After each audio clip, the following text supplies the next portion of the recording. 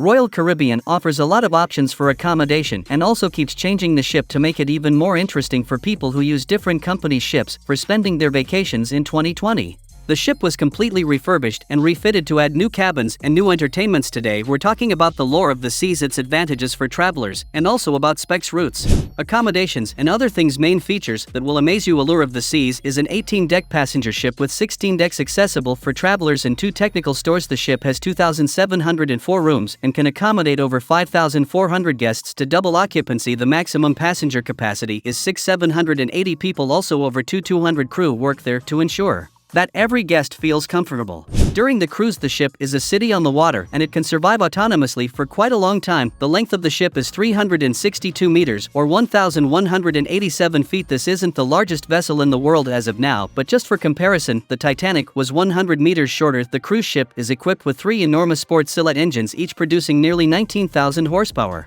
And also another 3 engines are the same producer producing over 24,000 horsepower each. The cruising speed of the vessel is 22.6 knots, which would equal 26 miles per hour if you convert it to more understandable units. The ship was built in Turku, Finland. Before the ship made its maiden voyage, it was equipped with a huge 2,000 square meters solar energy plant that powers the shopping district. The 80 kW solar arrays, designed for marine conditions, and the solar panels are made to withstand people walking on them. But when you look at the cruise ship, the technical specs aren't the most important factors you want to know, so let's dive into the entertainment deck plan and main entertainments. In the lore of the seas, the stage rooms are located starting from deck 3. Here you will also find first entertainment zones such as 2 theaters, the main dining hall, and also a conference center. Then on deck 4 you will find the casino, ice rink, and also the huge entertainment zone with different spots to visit. There are no rooms here, so the deck seems to be quite huge. Deck 5 is the main spot where you can have a walk, buy something in the shops, and also visit the aqua theater. One more thing that some people use in the mornings is the running track. Let's move up to deck 6 and find quite a lot of bars, cafes, and restaurants, but here you will also see a lot of stage rooms, so the deck seems to be a little narrower than the 2 previous decks. In the front part of the ship there's a huge gym and spa zone. Then deck 7 offers 2 rock climbing walls. On deck 8 there again bars, cafes, and lounge zones for chilling out with friends. Decks 9 and 10 offer just age rooms, so there's nothing interesting unless your room is here. On decks 11 and 12 varies only 1 bar along with a big number of rooms. Starting from deck 14 you will get many more cool things to do here. For example, you will find a kids zone with workshops, a play zone, a kids science lab, and many other spots to have a great time with children. Deck 15 will offer no rooms, but there is a bunch of entertainment options. For example, there's a sports court, team disco, sports pool, main pool, and whirlpools, bar zones, beach zone, and also solarium. On deck 16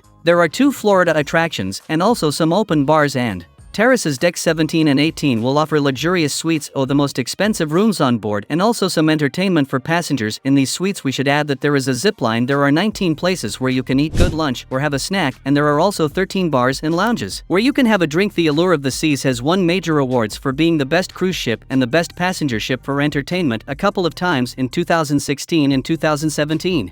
Now it's even more interesting for tourists after being refitted. What kinds of rooms you can get? Accommodation types are standard for the Royal Caribbean services. The majority of the stage rooms are sea view or balcony rooms. It means they have either a big window or a balcony with small chairs and a tiny table. One more type of room is interior stage rooms. They are cheaper, but there is one trouble: you don't have any windows there. In some rooms, Royal Caribbean offers a virtual view option. The huge LED screen is a kind of window substitution. It shows the real-time broadcast from numerous cameras placed on the ship hull. The most expensive kinds of accommodation are the suites. The Royal Suite will offer you 2 levels, multiple areas for chilling out and having rest, spectacular views from the highest decks of the ship, and also incredible interior design.